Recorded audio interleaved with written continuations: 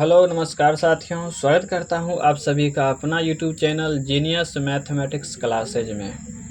तो साथियों, इससे पहले हम लोगों ना पहला चैप्टर जो था मेरा बातचीत, जिसका लेखक क्या है, कौन है, बालकृष्ण भट्ट जी। तो इसका हम लोगों ना ऑब्जेक्टिव जितना भी सारा था हम लोग अपलोड कर चुके हैं। अगर आप लोग नहीं देखे हैं तो सबसे पहले जाकर ये वीडियो देखिए। और आज जो हम लोग स्टार्ट करने वाले हैं, दूसरा चैप्टर है मेरा, क्या है, उसने कहा था, जिसका लेखक कौन है, चंद्रधर शर्मा गुलेरी।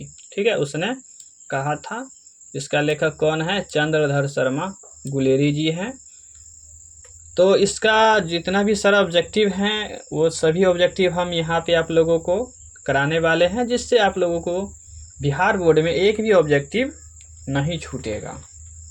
ठीक है। और आप लोग को लगता है कि आप लोगों को कोई भी सब्जेक्ट ऐसा है जो आप लोगों को बहुत कमज़ोर है, उसमें आप लोगों को अच्छा खासा मतलब लग नहीं रहा है कि तैयारी है। ठीक है, तो आप लोग क्या कीजिए, सबसे पहले उन सब्जेक्ट पे ध्यान दीजिए कि मेरा ये सब्जेक्ट जो है कैसे मतलब इसमें हम अच्छा मार्क्स कर सके।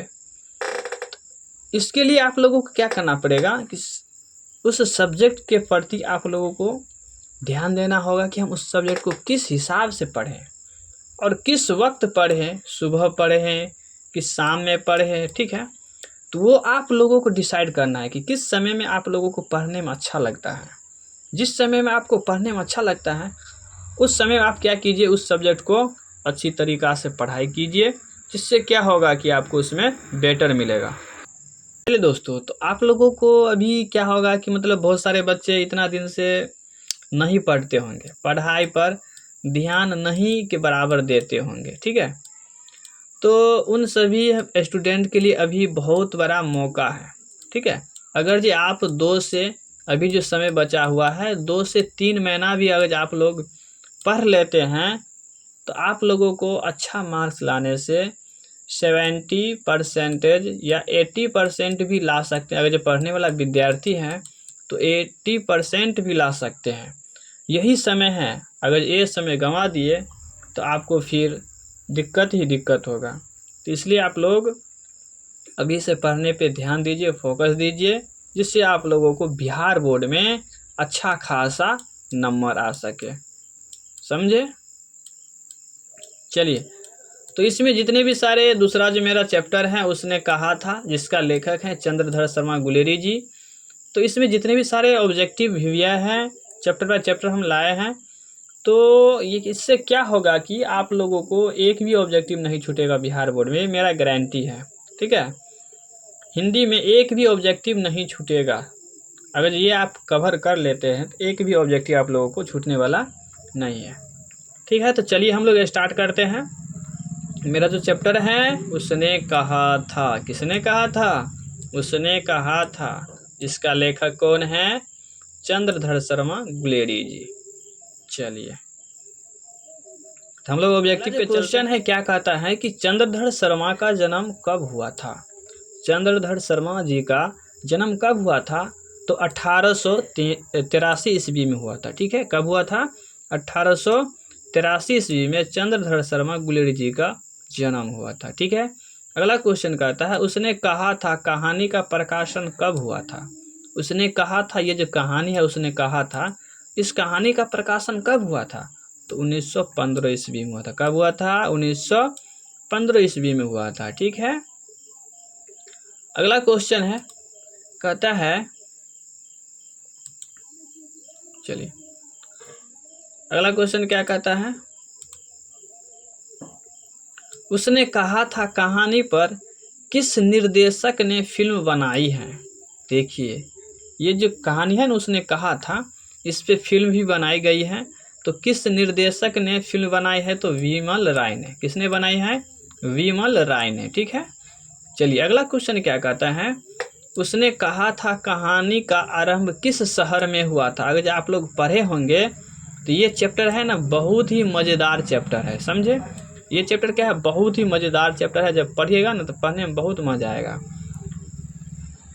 तो उसने कहा था कहानी का आरंभ किस शहर में हुआ था, तो अमृतसर में। कहाँ पे हुआ था, अमृतसर में हुआ था। ठीक है, अगला क्वेश्चन है, उसने कहा था कहानी के आरंभ में लड़के की उम्र क्या थी? क्या था? उसने कहा था कहानी के आरंभ में लड़के की उम्र क्या थी? तो 12 वर्ष थी। कितना था? 12 वर्ष था। ठीक है, लहना सिंह का ना, लहना सिंह का उम्र कितना था? 12 वर्ष था। और ये कहानी शुरू में ही क्या होता है कि ये दोनों एक मतलब जाते हैं, दोनों मामे के पास ही रहता है ना।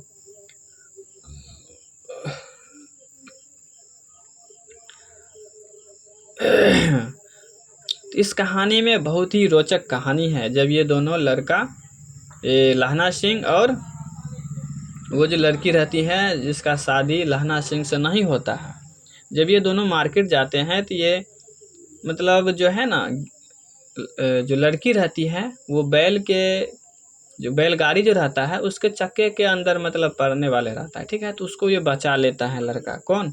लहना सिंह। तो वहाँ पे थोड़ा बातचीत होता है उन लोगों को, तो फिर बाज़ार में ऐसे ही मिलते रहती है। तो वो दोनों डेली बाज़ार आया करती थे, लहना सिंह भी और वो लड़की भी। ठीक है, तो बोला था एक दिन कि लहना सिंह बोला था कि तेरी कुरमाई हो गई क्या? यहाँ पे कुरमाई का मतलब क्या होता है? मंगनी होता है। क्या होता है? कुरमाई का मतलब होता है मंगनी। समझे? कुरमाई का मतलब क्या होता है? मंगनी होता है। ठीक है, चलिए अगला क्वेश्चन क्या कहता है, उसने कहा था कहानी में लड़की की उम्र क्या थी? लड़की की उम्र कितना था? तो 8 साल था। कितना था? 8 साल की लड़की थी, जो बाद में सूबेदार की पत्नी बनती है। उसी का कैप्टन जो रहता है लहना सिंह का, उसी का पत्नी बनती है। उसका 7वां नंबर क्वेश्चन कहता है, उसने कहा था कहानी का दूसरा भाग कितने वर्षों के अंतराल के बाद आरंभ हुआ? तो कितने वर्षों के बाद हुआ? तो 25 वर्षों के बाद। उसने कहा था कहानी का दूसरा भाग कितने वर्षों के अंतराल के बाद आरंभ हुआ? तो 25 वर्ष के बाद। ठीक है, चलिए अगला क्वेश्चन क्या कहता है, उसने कहा था कहानी में किस महायुद्ध का वर्णन है? तो प्रथम विश्व युद्ध की। प्रथम विश्व युद्ध की क्या है इसमें? वर्णन है। उसने कहा था कहानी में किस महायुद्ध का वर्णन है? तो प्रथम विश्व युद्ध का वर्णन है। चलिए अगला क्वेश्चन क्या कहता है, 9 नंबर, उसने कहा था में उसने शब्द का प्रयोग किसके लिए हुआ है? देखिए क्वेश्चन, उसने कहा था में उसने शब्द का प्रयोग किसके लिए हुआ है? तो सूबेदारनी के लिए हुआ है। समझे? किसके लिए हुआ है? सूबेदारनी के लिए हुआ है, जो बचपन में लहना सिंह और ये जो लड़की थी ये मतलब मिली थी। ठीक है, तो जिसको लहना सिंह ने बचाया था। किसको? तो सूबेदारनी को बचाया था। तो उसी समय से इन दोनों का प्रेम कहानी चल रहा था। ठीक है, लेकिन इन दोनों का शादी नहीं होता है, दुर्भाग्यवश। ठीक है, तो अगला क्वेश्चन क्या कहता है, अमृतसर के बाजार में लड़के लड़की किसके यहाँ रहते थे? तो मामा के यहाँ। दोनों किसके यहाँ रहते थे? दोनों रहते थे मामा के यहाँ रहते थे। ठीक है, लड़का भी, लहना सिंह भी और लड़की भी। ठीक है, चलिए अगला क्वेश्चन क्या कहता है, अमृतसर के बाजार में लड़के कहाँ रहते थे? तो मगरे मांझे में रहते थे। ठीक है, अमृतसर के बाजार में लड़के कहाँ रहते थे? मगरे मांझे। ठीक है, अगला क्वेश्चन है 12 नंबर, लहना सिंह बड़ा होकर किस नंबर का जमादार बना था? तो 77 सिख राइफल का। ठीक है, 77 सिख राइफल का नंबर था उसका। अगला क्वेश्चन है, सूबेदार का नाम क्या था? सूबेदार का नाम क्या था? हजारा सिंह। सूबेदार का नाम क्या था? हजारा सिंह, जिस सूबेदारनी के साथ विवाह हुआ था, सूबेदारनी से। ठीक है, जिसके साथ लहना सिंह का बचपन में चल रहा था बातचीत, तो उस लड़की के साथ किसका विवाह हुआ? हजारा सिंह का विवाह हुआ। ठीक है, चलिए अगला क्वेश्चन हम लोग देखते हैं। सूबेदार के बेटे का नाम क्या था ना? सूबेदार के बेटे का नाम क्या था? तो बोधा सिंह। क्या नाम था? बोधा सिंह नाम था। ठीक है, अगला क्वेश्चन है, उसने कहा था कहानी कितने खंडों में है? तो 5 खंडों में। ये जो कहानी है ना, कितने खंडों में है? 5 खंडों में है। ठीक है, ये कहानी कितने खंडों में है? 5 खंडों में। अगला क्वेश्चन है, लहना सिंह किसके विरुद्ध लड़ रहा था? तो जर्मनी के विरुद्ध लड़ रहा था। किसके विरुद्ध लड़ रहा था? जर्मनी के विरुद्ध लड़ रहा था। कौन? तो लहना सिंह। लहना सिंह का नंबर कितना था? तो 77। हाँ, लहना सिंह का नंबर कितना था राइफल का? 77। अगला क्वेश्चन है, लहना सिंह कितने दिनों की छुट्टी पर घर आया था? 8 दिनों की छुट्टी के पर लहना सिंह जो है घर आया था। अगला क्वेश्चन है, लहना सिंह क्यों घर आया था? अब ये जो है यहाँ पे है, लहना सिंह क्यों घर आया था? तो मुकदमों की पैरवी करने, ठीक है, मुकदमा जो उस पर चल रहा था उसकी पैरवी करने के लिए घर आया था। कौन? लहना सिंह। चलिए अगला क्वेश्चन क्या कहता है, कीरत सिंह लहना सिंह का कौन था? कीरत सिंह जो था वो लहना सिंह का कौन था? तो भतीजा था। कीरत सिंह लहना सिंह का कौन था? भतीजा। चलिए अगला क्वेश्चन है, सूबेदार का गांव कहाँ था? सूबेदार का गांव कहाँ था? तो लहना सिंह के रास्ते में। लहना सिंह के रास्ते में सूबेदार का गांव है, ठीक है। जब सूबेदार और लहना सिंह और उसके जो बेटे थे, उसका बेटे का नाम क्या है? क्या क्या कहते हैं, सूबेदार का बेटा का नाम क्या है पता है आप लोगों को? हजारा सिंह। क्या नाम है? हजारा सिंह, ठीक है। जब ये मतलब जाते हैं लड़ने के लिए युद्ध में, तो सूबेदारनी लहना सिंह को बुला करके कहते हैं कि मेरे बेटे और पति का ख्याल रखना, ठीक है। तो लहना सिंह अपना जान देकर, ठीक है, उनके पति और उनके बेटे का जान जो है बचाता है, ठीक है। चलिए अगला क्वेश्चन क्या कहता है, युद्ध में कितने जर्मन घायल हुए या मारे गए? कितने जर्मन? तो 63, ठीक है। कितने? युद्ध में कितने जर्मन घायल हुए या मारे गए थे? तो 63। चलिए अगला क्वेश्चन क्या कहता है, लहना सिंह के लड़ाई स्थल से कितनी दूरी पर दूसरे खाई वाले सैनिक थे? तो 3 मील की दूरी पर था, ठीक है। दूसरे जो उसके विरुद्ध जो लड़ रहे थे, तो वो 3 मील के दूरी पर था। उसके दुश्मन जो थे 3 मील के दूरी पर था। चलिए अगला क्वेश्चन क्या कहता है, सूबेदारनी को कितने बेटे थे? तो सूबेदारनी को मात्र एक ही बेटा था। कौन? तो हजारा सिंह। हजारा सिंह, ठीक है। सूबेदारनी के कितने बेटे थे? तो एक, और वो भी कौन? तो हजारा सिंह, ठीक है। चलिए अगला क्वेश्चन है, सूबेदारनी का बेटा कितने दिनों से फौज में नौकरी कर रहा था? कितने दिनों से?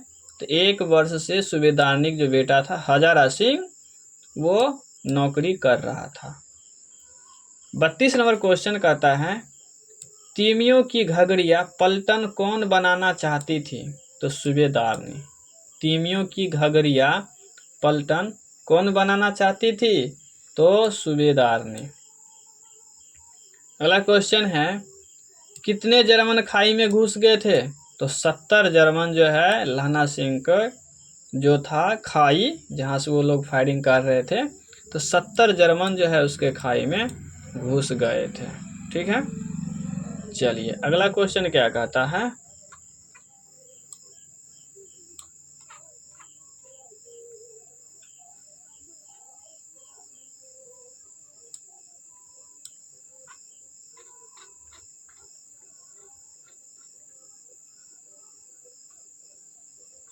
इक्कीस 29।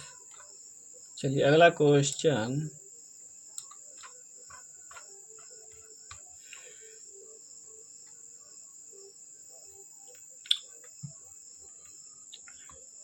तो चलिए यहाँ पे मतलब नंबरिंग मिस्टेक हो गया था, ठीक है। इधर वाला इधर चला, इधर वाला इधर चले, ठीक है।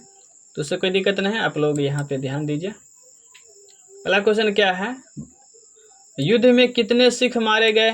तो युद्ध में 15 सिख मारे गए थे, ठीक है। युद्ध में कितने सिख मारे गए थे? 15 सिख मारे गए थे। दंत विनोपदेशाचार्य किसका कथन है? तो वान भट्ट का। किसका कथन है? वान भट्ट का। अगला क्वेश्चन है, जर्मन वाले वेद पढ़कर क्या जान गए? तो विमान उड़ाना। जर्मन वाले वेद पढ़कर क्या जान गए? तो विमान उड़ाना। अगला क्वेश्चन है, डाक बाबू का नाम क्या था? तो क्या है, क्या नाम है बताइए तो? पलडू राम ना, पलडू राम, नाम भी कैसा है, पलडू राम। डाक बाबू का नाम क्या था? पलडू राम। अगला क्वेश्चन है, उसने कहा था कहानी पर किस बड़े समीक्षक की समीक्षा पाठ्य पुस्तक में प्रस्तुत की गई थी? तो रामचंद्र शुक्ल की। किसकी? रामचंद्र शुक्ल की। चलिए अगला क्वेश्चन क्या कहता है, वैष्णवी से टकराकर लड़के ने कौन सी उपाधि प्राप्त की थी? तो अंधे की। ठीक है, जब लहना सिंह और वो जो लड़की थी एक दिन ऐसे ही बाजार में मिले थे, तो लहना सिंह ने पूछा कि तेरी कुरमाई हो गई? तो लड़की ने कहा, लड़की ने धत कहकर भाग गई और बोला कि ये देखते नहीं रेशम के पल्लू, ठीक है, मेरी कुरमाई हो गई है। ठीक है, तो बेचारा लहना सिंह रास्ते में वैष्णवी से टकराई, मतलब जो पूजा पाठ करते उससे टकराई। ठीक है, जो ठेले वाला था उससे टकराया, और बहुत सारे जो कुत्ता था कुत्तों को भी मारा लाठी लेके। ठीक है, तो रास्ते में इन्होंने एकदम पागल की तरह जा रहा था बेचारा का ना, तो इन्होंने वैष्णवी से जब टकराया तो इन्होंने किसकी उपाधि पाई? तो अंधे की उपाधि पाई। कहता है अंधा तुमको दिखाई नहीं देता। बेचारा खोया था एकदम, बेचारा का दिल टूट गया तो क्या करता ना, इतना पगला गया था। चलिए अगला क्वेश्चन क्या कहता है, निमोनिया से मरने वाले को क्या नहीं मिलते हैं? ठीक है, निमोनिया से मरने वाले को क्या नहीं मिलते हैं? तो मुरब्बे। निमोनिया से मरने वाले को क्या नहीं मिलते हैं? तो मुरब्बे नहीं मिलते हैं। अगला क्वेश्चन क्या कहता है, जर्मनों के खाई में घुसने के समय वहां कितने सिख थे? तो 8 सिख थे। कितने सिख थे? 8 सिख थे। अगला क्वेश्चन है 35 नंबर, लड़ाई के कितने देर बाद सहायता टीम आई थी? तो लगभग 2 घंटे के बाद जो है सहायता टीम वहां पे पहुंची थी उन लोगों को हेल्प करने के लिए। अगला क्वेश्चन है, सरस्वती पत्रिका के संपादक कौन थे? तो महावीर प्रसाद द्विवेदी जी। सरस्वती पत्रिका के संपादक कौन थे? तो क्या है, महावीर प्रसाद द्विवेदी जी। ठीक है, तो इसी के साथ मेरा जो है ये दूसरा चैप्टर का ऑब्जेक्टिव खत्म हो गया है। ठीक है, दूसरा चैप्टर का ऑब्जेक्टिव था वो एंड हो गया, खत्म हो गया। तो आप लोग हमारे चैनल से नहीं जुड़े हैं तो आप लोग सबसे पहले मेरे चैनल को सब्सक्राइब करिए, उसके बाद लाइक कीजिए और अपने फ्रेंड के पास शेयर कीजिए। ठीक है, आप लोग शेयर वेयर नहीं करते हैं ना ही सब्सक्राइब करते हैं, तो आप लोग सबसे पहले सब्सक्राइब कीजिए, समझे? तो यहाँ पे जितने भी सारे ऑब्जेक्टिव हैं हम आप लोगों के लिए लेके आएंगे ही आएंगे, और साथ ही साथ मोस्ट वीविया सब्जेक्टिव भी लेके आएंगे। ऑब्जेक्टिव तो दे ही रहे हैं आप लोगों को, साथ ही साथ आप लोगों को मोस्ट वीविया सब्जेक्टिव भी मिलेगा। ठीक है, तो आप लोग अच्छी तरह से मेहनत कीजिए और अपने मम्मी पापा का नाम रोशन कीजिए, गांव समाज में नाम रोशन कीजिए पढ़ लिख कर। ठीक है, चलिए, तो कैसा लगा मेरा क्लास आप लोग कमेंट करके ज़रूर बताइए, जिससे हमें मोटिवेट मिलेगा और हम और बेहतर करने की कोशिश करेंगे आप लोगों के लिए। ठीक है, चलिए तो मिलते हैं हम लोग नेक्स्ट क्लास में। तब तक के लिए आप लोग अच्छी तरीक़ा से तन मन धन से एकदम पढ़ाई कीजिए, ना कि टाइम गवाइए। ठीक है, चलिए।